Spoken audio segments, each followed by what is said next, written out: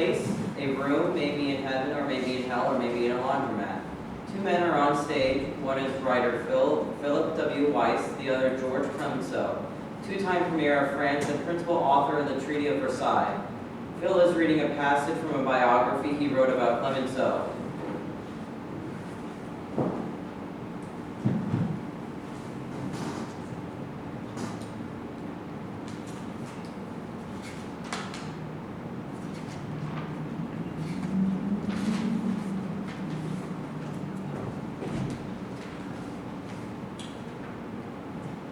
Regarding Monsieur Clemenceau, he had a long and distinguished career. He is a major figure in modern European history. He was in Paris at the time of the Commune. He defended Dreyfus, or should I say Dreyfus. He took charge of France in the middle of a war and did what he could to rally his country to victory.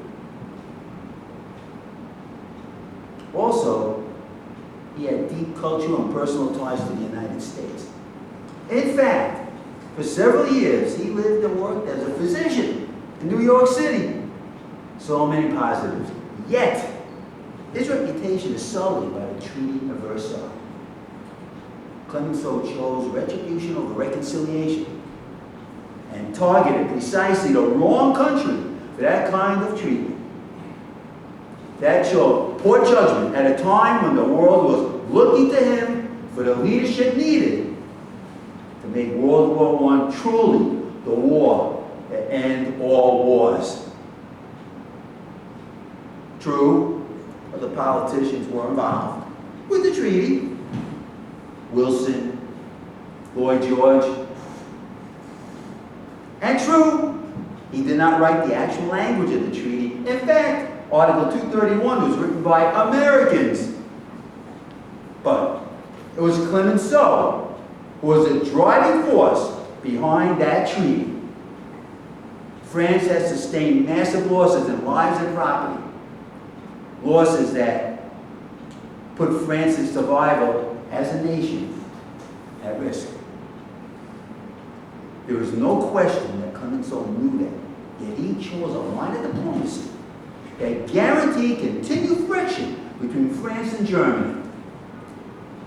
Now, there is no question that Clemenceau thought he was doing the right thing for his country. That is, he acted in good faith. Good faith. And that he was acting in accordance with the will of the French people. He wanted to create conditions whereby Germany could not invade France again.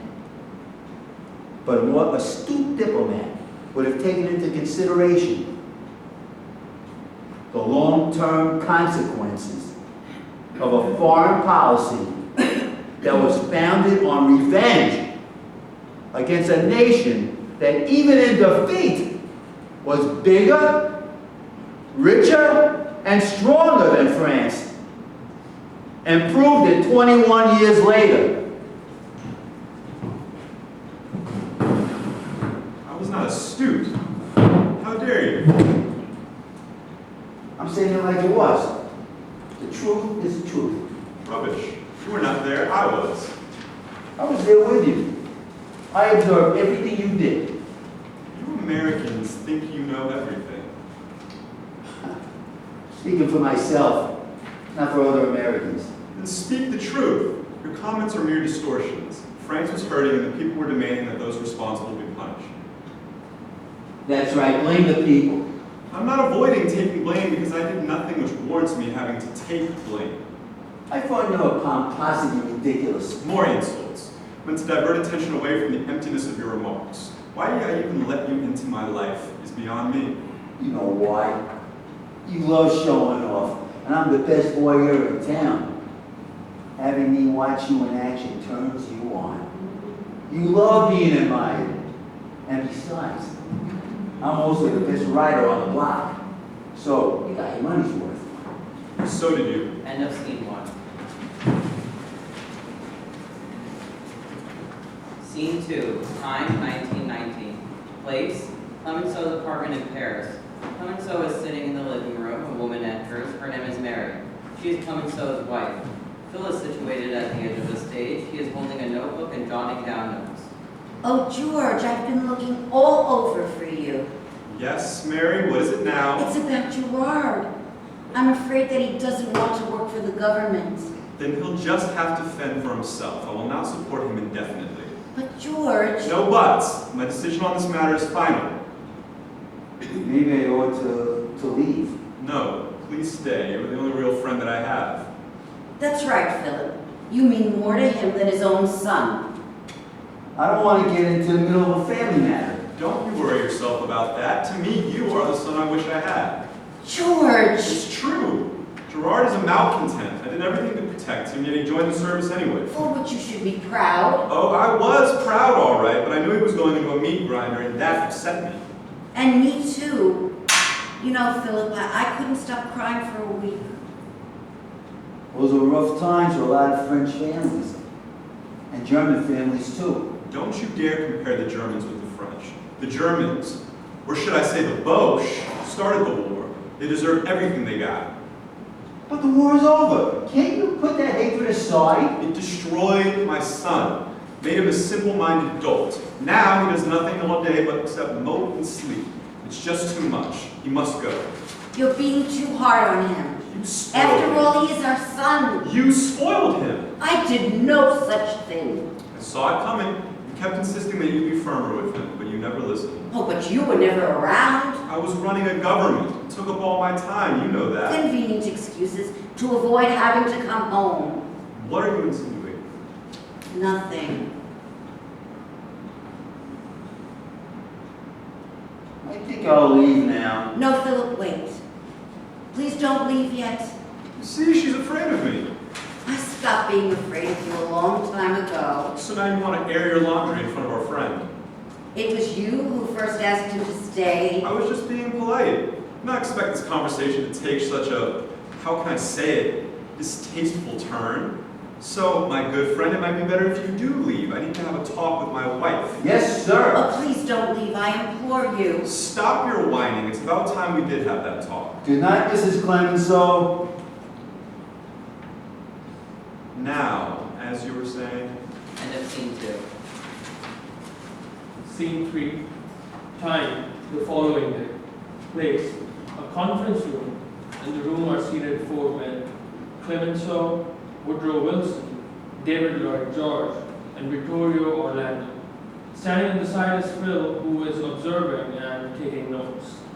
We must treat all nations fairly. That's easy for you to say. You came into the war late. You wanted our help and we provided it. and we appreciate it. Yes, we do. Thank you. Gentlemen, I'm not here to make trouble or impose my will. I'm here because I want to make this treaty work. That's what we're all here for. And let us not bicker over trifles. What Italy wants is not trifles. You're lucky we even let you sit here with us. Such effrontery. My country lost 1 million men. We all lost 1 million men. Your country was useless during the war. Utterly useless. How dare you?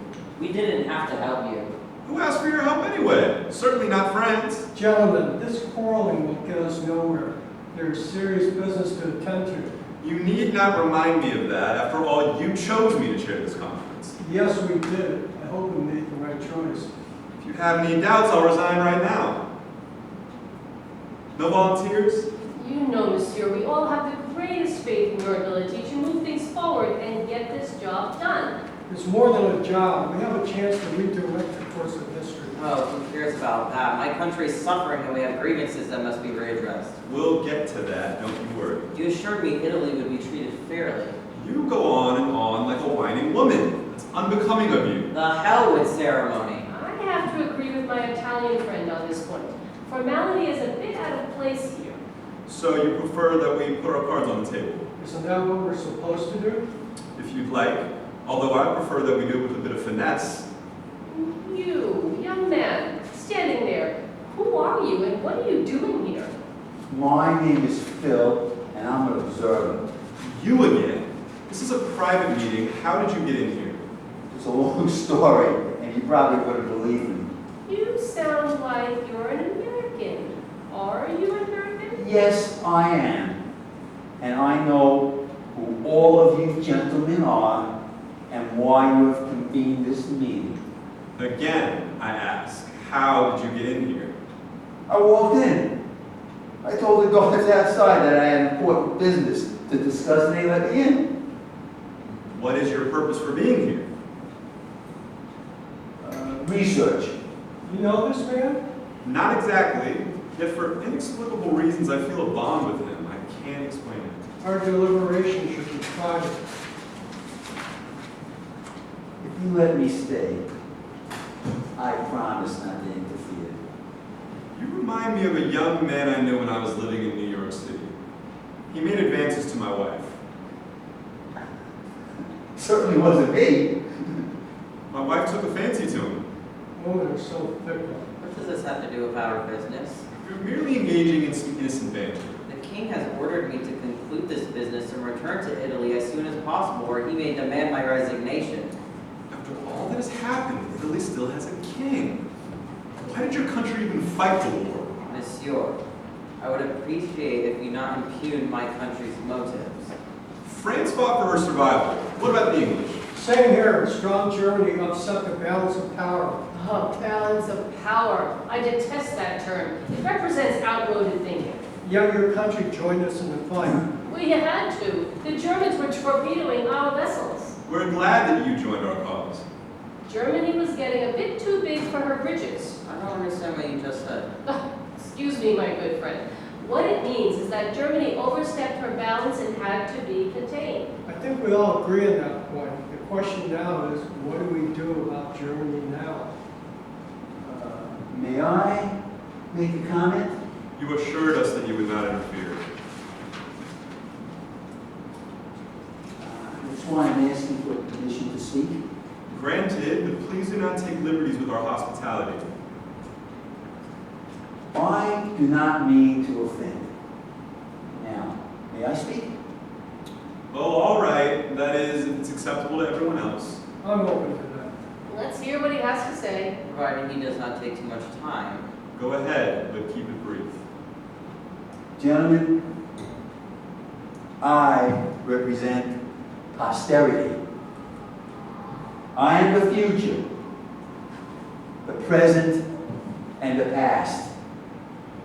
I urge you, gentlemen, to proceed with caution.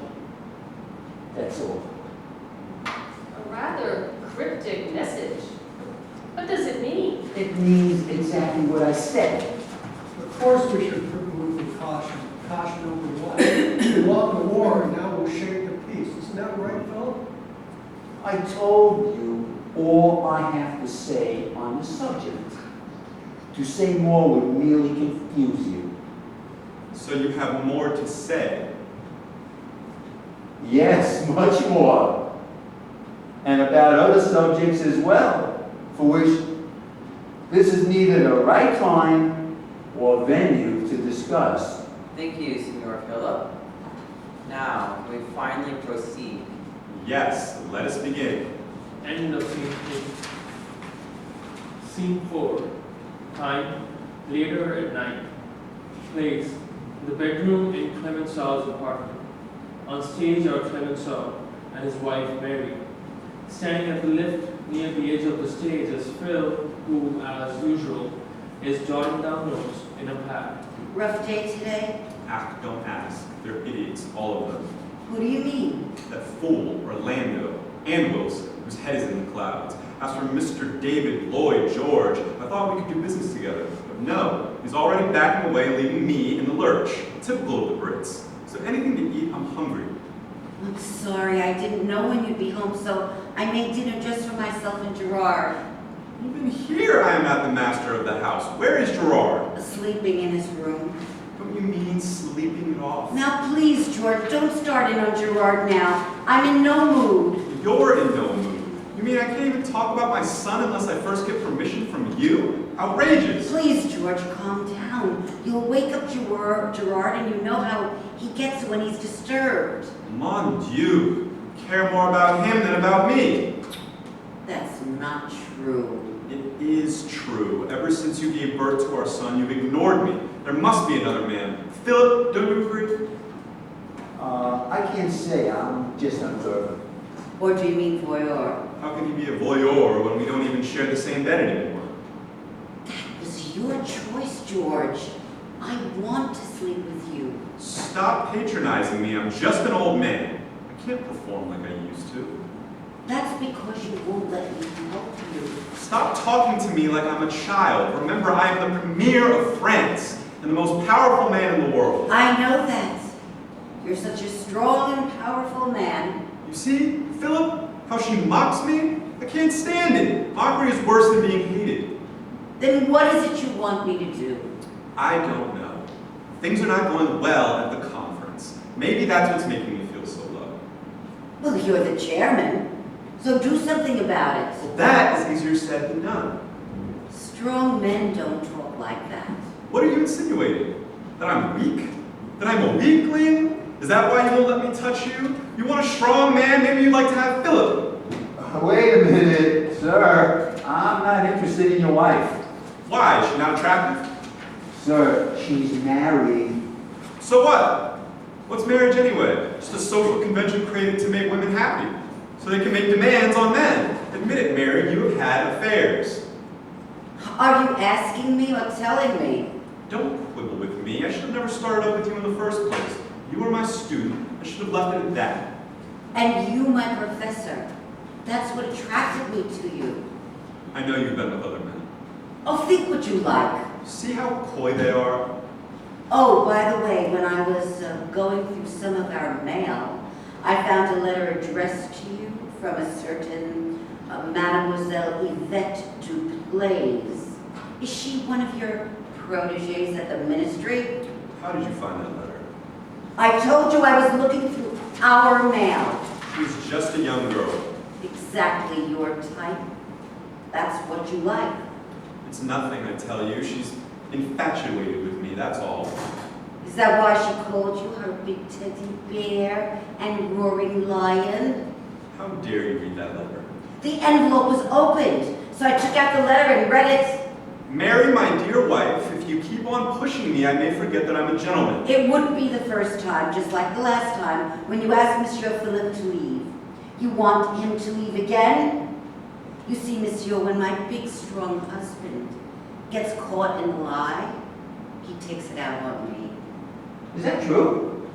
It's the only way a woman will respect a man. Well, maybe it's time for me to leave. Last time I didn't want you to leave. Now it doesn't matter. You men are all the same. Cut through all the civility and what is left? A bunch of bullies. That's why there's war. It's a contest over who can out-bully whom. Now you're pretending to be a statesman? No, you're the one who's pretending. A real statesman would be patching up differences and converting enemies to friends and then come home to tell his wife about all the wonderful things he's done to make the world a better place. All you bring home is a scowl, except when you're out tutoring one of your protégés. Monsieur Philip, you see what I have to put up with. The last time, I was nice. I didn't lose my temper. I conducted myself with restraint. I don't know if I can do that again. I don't know what to say. What? Is there some kind of communication breakdown here? Monsieur, my husband, is threatening me, and all you can say is, I don't know what to say. Will you not come to my rescue? You are shameless. Remember, I was one of those protégés too. That's when you loved me. And that's when you used me. Such cynicism. No, realism. Realism? Isn't that a diplomatic term? Are we now engaged in diplomacy? Has it gotten to that point that we must speak in code? Who's speaking in code? I'm speaking plainly. I am not Germany. So stop bullying me.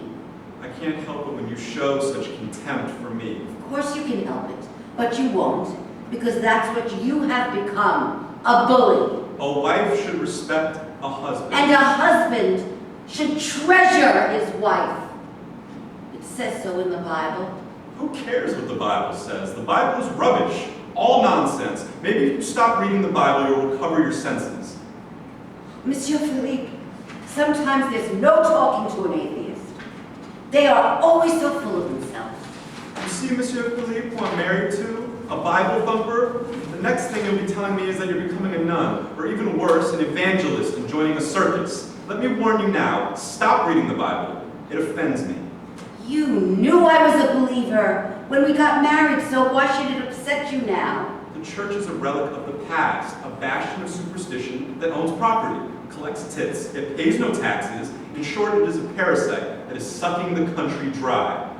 That's your problem, George. You're intolerant. Did you hear that, Philip? Me, intolerant? Talk about the dish calling the kettle black. The church is steeped in intolerance. It is founded on intolerance. Love thy neighbor, but only if he accepts the Savior. Eat a wafer and be absolved of your sins. Maybe I'm not being lenient enough. You hear him, monsieur? He must dominate at all costs. He must be the master, right or wrong. Monsieur Philip, maybe it is time that you left us. As you wish. What about me? I'm sorry, ma'am. I must listen to your husband. But you should also listen to your heart. Phil exits. Now, as you were saying, End of scene 4. Scene 5. Time, the next day. Place, the conference room. Seated at the table are Clemenceau, Orlando, Wilson, Lloyd George. Off to the side is Phil, standing, pad in hand, jotting down notes. So far, Italy has done nothing but talk and empty promises. stop your complaining. Today matters will be made right. The wrong will have their day and justice will be served. Justice tempered with mercy, I hope. And fairness too. Listen to you. You can afford such bourgeois largesse. France cannot. The French people demand restitution. The fighting took place on French soil, just a few miles from here. For 4 years, the French people had to endure the sounds of cannons. So too did the Italians in the north. That was in the north. The Boches were nowhere near Rome. Yet they were practically a stone's throw from Paris. It was only because of the valor of the French soldier that Paris did not fall. Assisted by over 1 million Tommies, don't forget that. Of course not, but led by the French. That there is no doubt. You did well with our colored troops. My compliments to you. Yes, they were splendid. Marshal Foch conveys his thanks. General Pershing was truly surprised. You took a bunch of dishwashers and porters and made them into fighting men. It made a tremendous impact back in the States. France has had a long history of dealing effectively with colored troops. When properly led, they make splendid soldiers. Winning the war was a team effort. Now it is time to win the peace. Yes, with France in the lead, now and on the battlefield. I beg to differ with you, sir.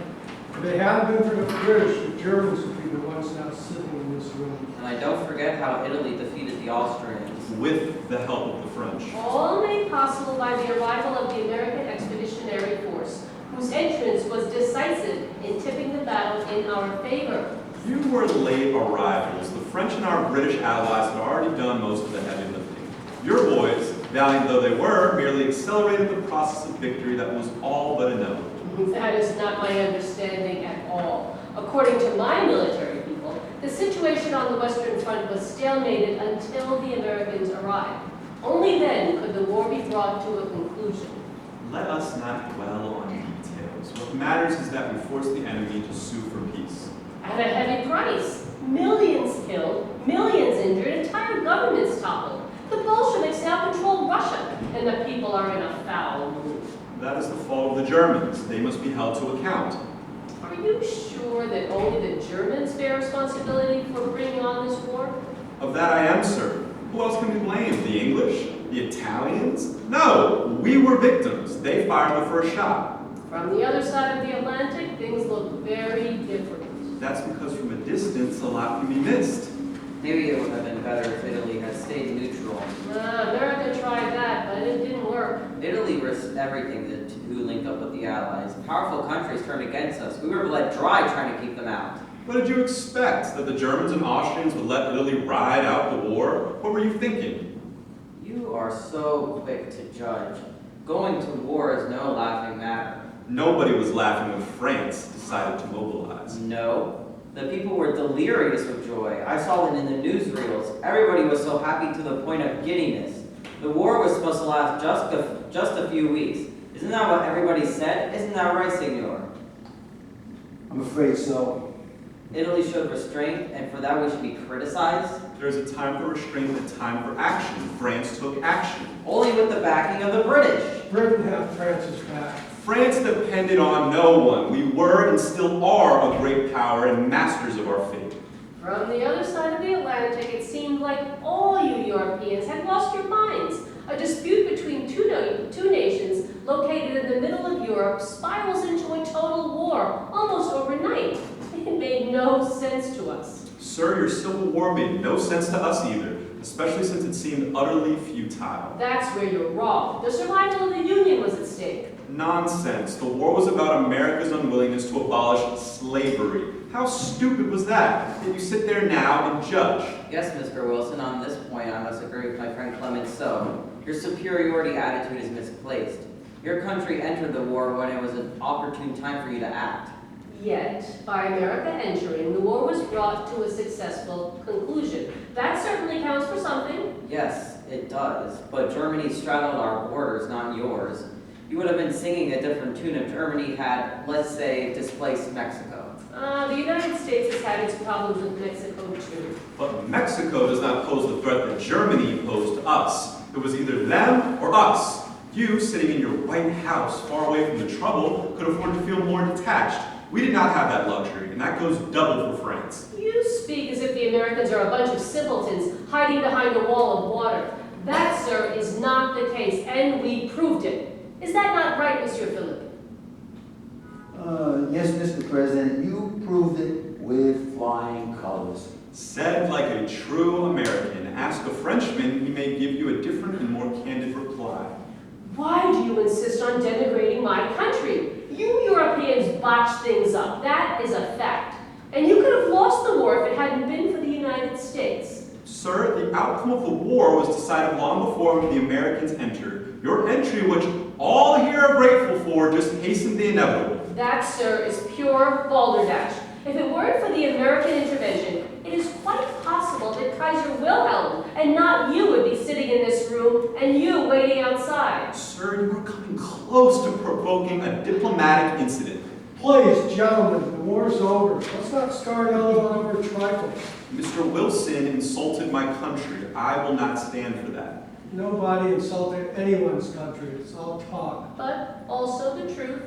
Why do you insist on provoking me? I'm just stating my views. I can't control how you react. I knew your participation in this conference would cause problems. You Americans think you know everything. Wrong. We speak plainly. Maybe what was needed was some good old American plain speaking to stave off this war. Instead, all we saw and heard coming out of Europe was posturing, threats, recriminations, and lies. Again, sir, you judge us. I can't help but judge. Your failures dragged us into this war. Mr. President, let me remind you that we were confronted with Germany that was becoming increasingly belligerent and not open to honest and sincere negotiations. Yes, that is true. Who are you to talk? Italy was an ally of the German Empire. Not an ally, just a good neighbor. Italy never entered into a defensive pact with Germany. Whatever the case, the old order in Europe all came crashing down.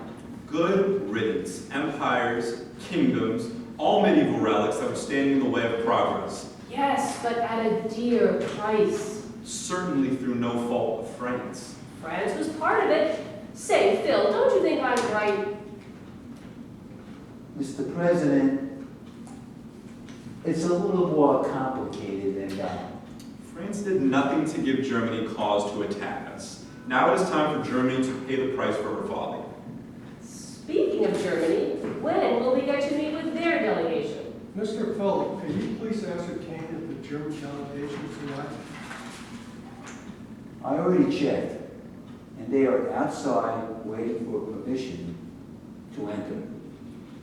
Let them wait a little longer. Give them a chance to cool their heels. No. I'd rather get this business over with as soon as possible. make a motion that we put this matter to a vote. Fine, a motion has been made to meet the German delegation without further delay. All in favor say aye. I, Aye. No. The ayes have it. Let the German delegation enter. Monsieur Phillip, could you please inform the gentleman waiting outside? Phil returns. With him are two men, Count Freiherr Wilhelm von Ratzenberg and Colonel General Hans Wolfgang von Hartenstein. Gentlemen, please take a seat. I wish to lodge a protest over the way in which you kept us waiting outside. It was uncalled for. Your protest is duly noted. Please understand that you are here at our request and that we set the agenda. Our side needs no reminding of that. Thank you. Now, if you don't mind, let us proceed without further delay. Yes, by all means. Let us proceed. As you wish. Germany requested a cessation of the fighting, and we granted that request. The cessation of the fighting is a temporary measure which we, the Allies, can choose to revoke at any time we deem necessary. Do you understand that? Understood. Good. With that understanding, we can now proceed to the main purpose of this meeting, namely, to bring the war to a formal close. This we intend to accomplish by drawing up a treaty. This treaty will set forth a series of terms that will promote peace and security and prevent Germany from ever again posing a threat to international order. I object to those terms. It was Germany's security that was threatened. We merely acted to defend ourselves against countries that were hostile to us. Monsieur, we're not here to quibble or debate who started what and why. The purpose of this meeting is to come to terms so that we can have peace. Is that understood? Sir, it is you who is quibbling, not us. Just tell us what you want from us. Gentlemen, we've had 4 long years of war. I know for a fact that Britain did not start it, nor did we want it. Your country made us go to war. You solved that issue for us the moment you invaded Belgium. No, sir.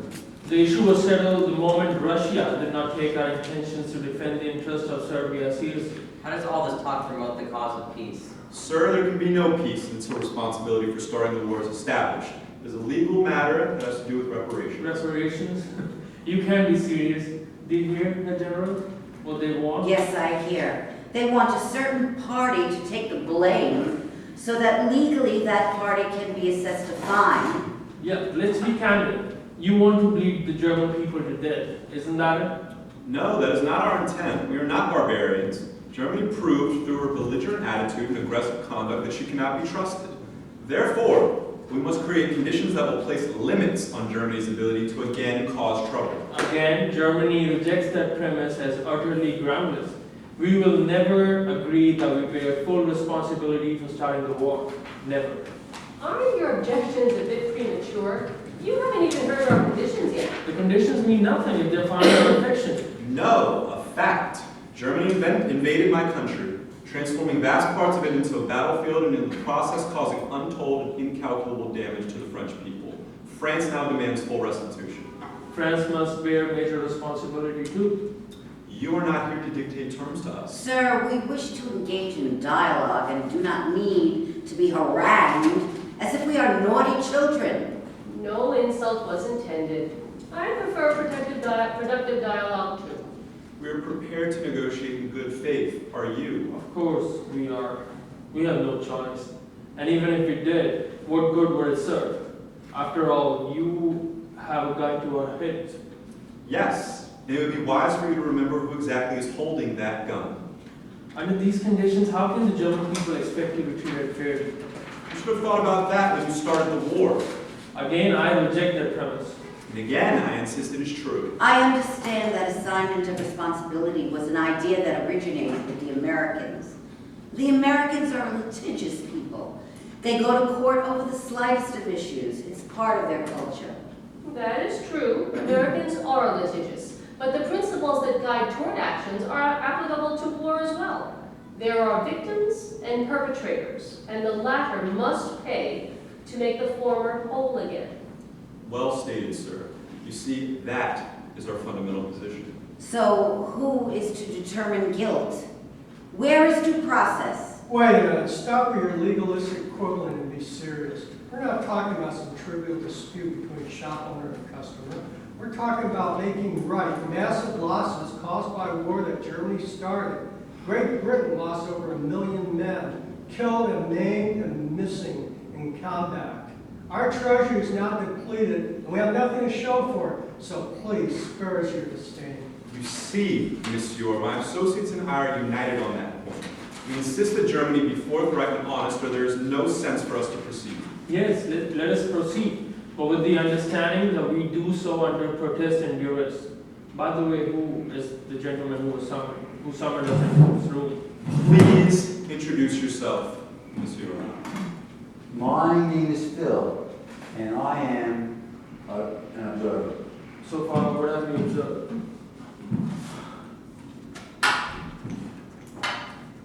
Angry and unhappy men, struggling to find common ground. France has every right to be angry. You have Russia to blame for dragging France into the war. Thanks to you, Russia is now Bolshevik. That alone is enough to give us cause to assess damages. You really amaze me, how your self-righteousness distorts your thinking. France never got over the throttling we gave her in 1870. Now, backed up by big powers, France wants revenge. No, France wants justice. Revenge is for fools. You hear this, General? The Prime Minister wants us to believe that he is motivated by a sense of justice. Yes, I heard it. Germany defeated France in 1870, and now Germany must pay for having bested that country in the field of battle. Disgraceful. No, you are wrong. This war was fought because you started it. Revenge has nothing to do with it. Yet now you talk about assigning guilt and assessing reparations. You imposed the same on France in 1870. Yes, I remember that. I was a young artillery officer. We marched into Paris down the Champs-Élysées. The young ladies winked at us. My compliments to your country for producing such charming ladies. That is part of the French culture that I truly enjoy, even now as an old man. We are not here to reminisce about the past. So we know that, but an innocent digression does no harm. We all have stories that perhaps one day we could all meet at a cafe or smoking drinks, but this is not